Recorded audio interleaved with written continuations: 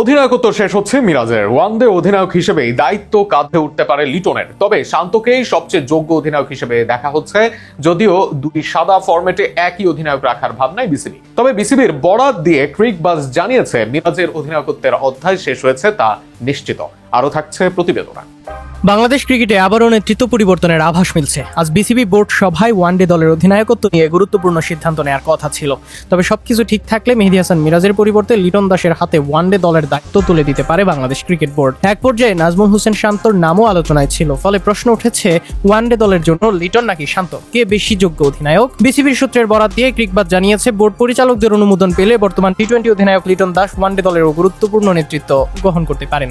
অন্যদিকে নাজমুল হোসেন শান্ত টেস্ট দলের অধিনায়ক হিসেবেই দায়িত্ব পালন চালিয়ে যাবেন। সূত্র বলছে, শুরুতে শান্তকে আবারও ওয়ানডে অধিনায়ক করার বিষয়টি বিবেচনায় ছিল, কিন্তু শেষ পর্যন্ত সেই পরিকল্পনা থেকে সরে এসেছে বিসিবি। বোর্ডের ধারণা, শান্তকে লাল বলের ক্রিকেটে মনোযোগী রাখাই দলের জন্য বেশি কার্যকর হবে। অন্যদিকে সাদা বলের ক্রিকেটে দীর্ঘমেয়াদী পরিকল্পনা বাস্তবায়নের জন্য লিটনের উপর আস্থা রাখতে চাইছে তারা। আগামী সাউথ আফ্রিকা সফরেই লিটনের কাঁধে উঠতে পারে এই ক্যাপ্টেন্সির ভার।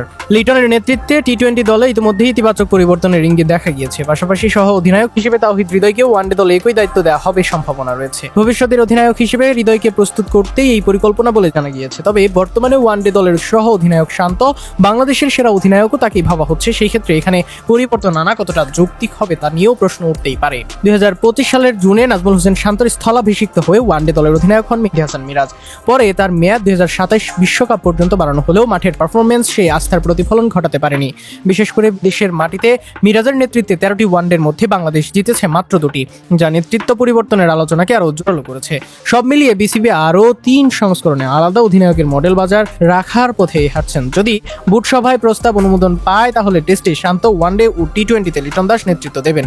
আর তাতেই শেষ হবে মিরাজকে নিয়ে পরিচালিত নেতৃত্বের অধ্যায়। শুরু হবে বাংলাদেশের সাদা বলের ক্রিকেটের নতুন এক যুগে, যেখানে আগামী বিশ্বকাপে লিটন নেতৃত্ব দিবে দলের।